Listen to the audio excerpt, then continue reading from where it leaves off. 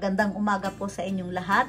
Magluluto po ako ngayon ng isdang sinigang sa bayabas at sampalok. Dahil wala pong sariwang bayabas at sampalok dito sa Japan, ito po ang gagamitin ko. Instant sinigang powder.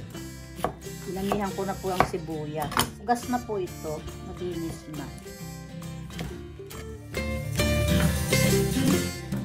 Matso na po ang tawag nila dito sa Japan. Po, babad natin sa tubig. Pwede naman pong wala. Babad natin sa tubig para wag mangitim. Ayan, ito po ang aking siling pangsigang.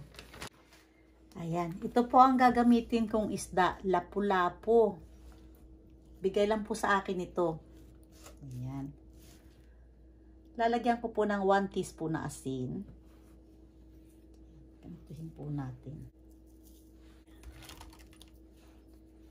Para po manuot na po yung lasa.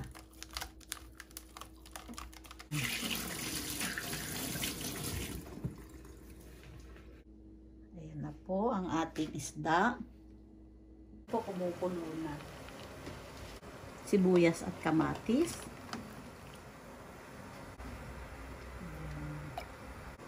Hintayin lang po nating kumulo, saka po natin titimplahan. Lagay ko na po itong isda. Iisa-isahin ko lang po. Ang laki. Ayan. Okay lang po yan.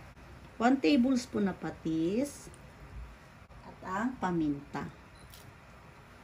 Para po manuot sa isda yung lasa. Ayan.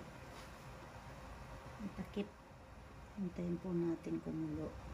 Kulong-kulo natin na natin. Alisin po natin itong mga bula-bula sa palibot. Sinigang mix, sampalok.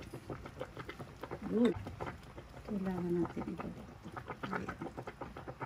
Po yung bayabas. 2 tablespoon. Ayan po.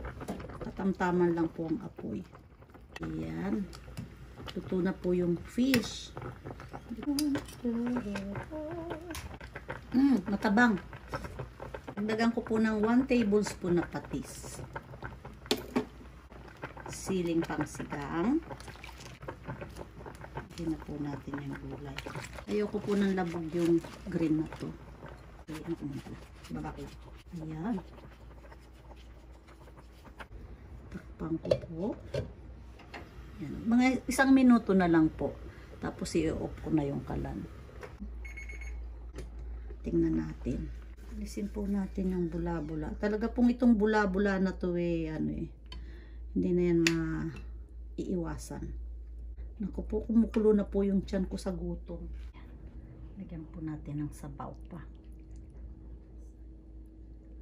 Ayan. Ayan. Ang sarap. Alam niyo po itong isda na to, napakasarap talaga. Ayan.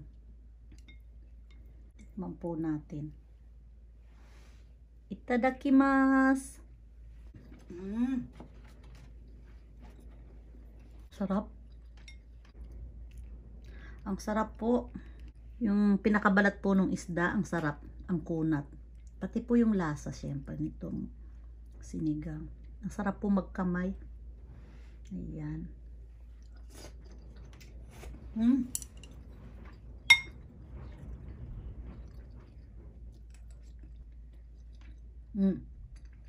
Kayo na po ang bahalang mag-adjust ng timpla. Thank you for watching po. Maraming salamat po sa walang sawang panunod ng aking mga ina-upload na video.